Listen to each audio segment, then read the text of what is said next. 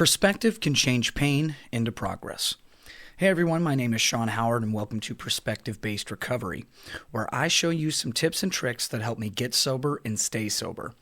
Today, we're discussing how changing the way you think can change how you see the world.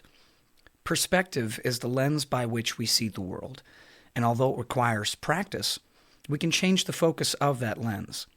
When all we focus on are the things that are wrong in our lives, all we can see are bad things. The same is true when we reverse that ideology, when we focus on the good. There's a delicate balance between logical realism and fantastic idealism. And when you're getting sober for the first time, the former is called riding the pink cloud. Where the term come from, I couldn't tell you. But I learned it while in rehab, and generally, it's the description of when you first start out sobriety full of hope and confidence, riding that mentality like a wave before reality sets back in and the cloud disappears. When I was in rehab in the summer of 2017, I did a full 28-day stay at Boonville Valley Hope. It's a fantastic facility that helped me out in a huge way. And by the end of my stay, I was definitely riding the pink cloud. I started to feel afraid and alone, not having any direction or real ideas on how to stay sober, and I left equipped with knowledge and a vigor to conquer the world. I had no insurance, no money saved, and no plan on how to pay for rehab at the age of 24, just a will to get better and make it work. I applied myself towards every class and lecture, helped out my fellow addicts when I could, and committed to going to a sober house for a year directly after my 28-day stay. I was extremely surprised when I left rehab and got back into the real world that all the problems I left behind were still there when I got out. Just because I'd been in a safe space for a month didn't mean that suddenly the world had changed and my cloud quickly burst. While living in a sober house in Branson, Missouri, I began to feel hopeless as the struggles of life crept back into my mind. Suddenly, I had to pay for housing again, get a job, figure out how to pay for rehab, and attend AA meetings at least weekly. My schedule was jam-packed, and my mental state grew more stressed as it did. It started off, I began to skip AA meetings.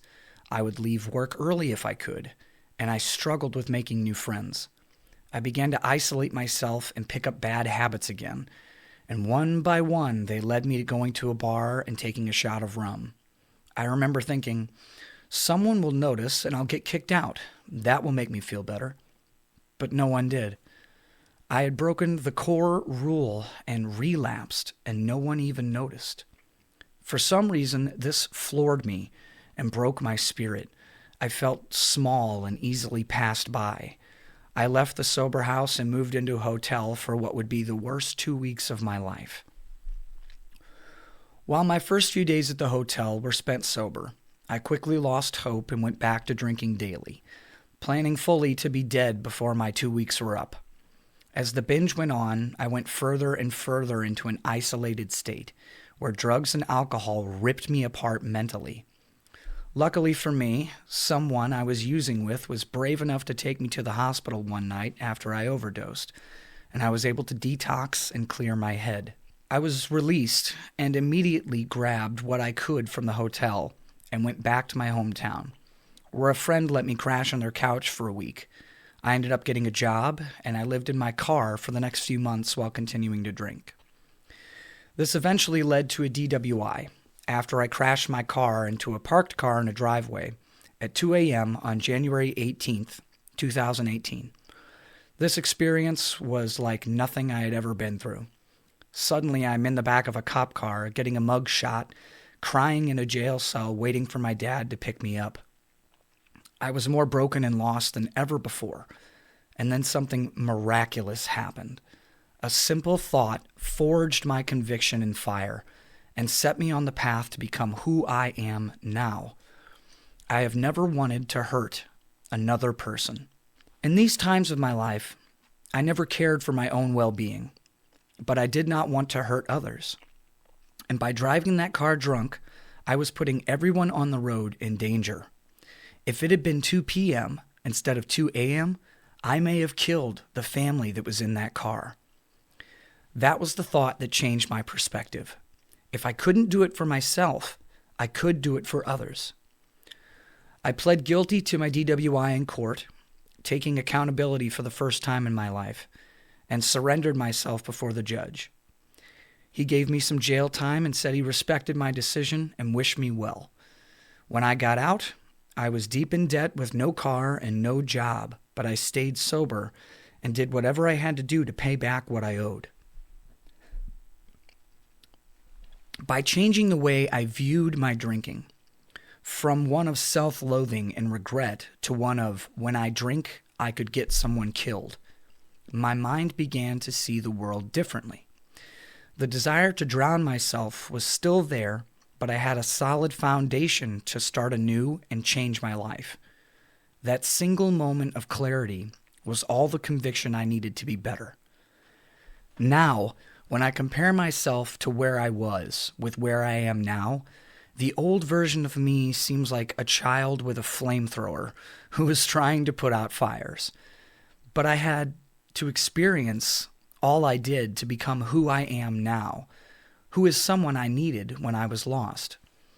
The key now is to look forward and use my past as an example of how not to be, and using gratitude as a way of changing my perspective on life and treating every day as an opportunity.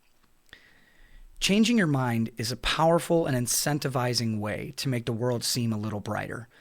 Try changing the words have to get to. When you say, I have to go to work, try saying, I get to go to work. I don't mean that in a way that is ignorant of how a job may feel, but as an exercise in being grateful to be alive and sober. It takes time for the shift to really become a part of daily life, but small steps can climb mountains. By actively catching yourself in the act of negative self-talk or ungratefulness, you can then change them to reflect how you actually want to feel. This step is one that requires a lot of time and effort, but it has changed my life the most. There is also a term I learned in rehab that I would like to share here because it reminds me that every life is important and deserves respect. The term is known as Sonder.